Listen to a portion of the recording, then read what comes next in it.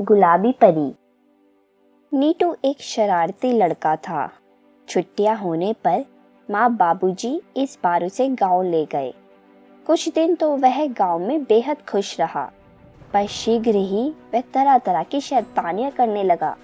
एक दिन उसे गुलाब के पौधों से कांटा क्या चुभा कि उसने सारे गुलाब के पौधे ही रौंद डाले। दादाजी ने माली से कहकर फिर से पौधे लगवाए। उस दिन नीटू जल्दी सो गया। वरांडे में ही उसे नींद आ गई। आधी रात को किसी की सिसकियां सुनकर नीटू की नींद अचानक खुल गई। नीटू ने देखा कि आंगन में ढेरों परियां खिलखिला रही थीं और एक कोने में एक खूबसूरत सी परी रो रही थी। वह परी के सामने खड़ा हो गया। परी दीदी, आप क्यों रो रही हैं? नीटू ने डरते डरते पूछा। परी ने कहा, मैं और मेरी जैसी अनेक परियां हर रात यहाँ आती हैं। हम फूलों की पंखुड़ियों से ओस इकट्ठा कर कर खाती हैं, पर आज मुझे एक भी गुलाब का फूल नहीं मिला। नीटू ने पूछा, आप मोगरा, गेंदा और सूरजमुखी के फूलों से ओस क्यों नहीं ले लेती? परी ने जवाब दिया, ये फूल दूसरी परियों के लिए हैं। हम उनसे ओस नहीं छीन सकती। मैं आपकी सहायता कैसे करूं दीदी? नीटू ने चिंतित होकर पूछा।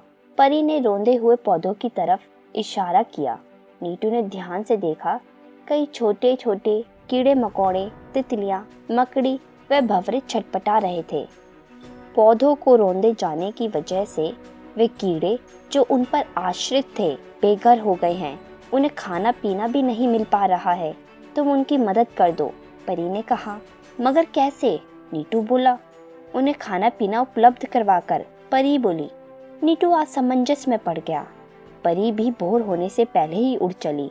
वह बुझे मन से घर लौट आया। सूर्य पूर्व में उग चुका था और तहस नहस हुए गुलाब के बगीचे में कीट पतंग भी नहीं दिख रहे थे। नीटू इसी उधेड़ बुन में रहा कि अपनी गलती का प्रायश्चित कैसे करे। रात हुई तो नीटू ने आंगन में सोने की जिद की। आधी रात को अचानक बाग में रोशनी सी छा गई। ढेरों परियां हंसती मुस्कुराती खिलखिलाने लगी। नीटू उठा और चुपचाप देखने लगा। उन सब में गुलाब परी भी थी। वह बहुत उदास लग रही थी। नीटू को बुरा लग रहा था। उसे पता चला था कि पेड़ों से अपना जीवन ही नहीं बल्कि समस्त प्राणियों का जीवन भी चलता है। प्रकृति के संतुलन में सभी तरह के पेड़ पौधों का होना आवश्यक है। पर अब क्या किया जा सकता था? हालांकि माली ने नए पौधे लगा तो दिए थे, पर उनमें फूल आने बाकी थे।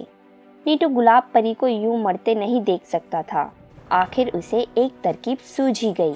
उसने माँ, बाबूजी व दादाजी से माफ़ी मांगी और उनसे सलाह की। उस रात जब परियां बाग में आईं और गुलाब परी कोने में बैठने लगी, तभी उसे ताज़े गुलाब की खुशबू आई। हैरानी से उसने इधर उधर देखा तो पाया करीने से लगे बहुत से गुलाब महक रहे थे। गुलाब परी के होठों पर मुस्कान तैर गई, तो आज मुझे भूखा नहीं रहना पड़ेगा। नीटू यह सब देख रहा था। दादाजी के कहने से ही वे गुलाब के तैयार पौधे लगाए गए थे। धीरे धीरे कीट पतंगे वे भंवरे भी पुष्पों पर मंडराने लगे। बाग की रौनक फिर लौट आई। गुलाब परी अब हमेशा खिलखिलाती रहती।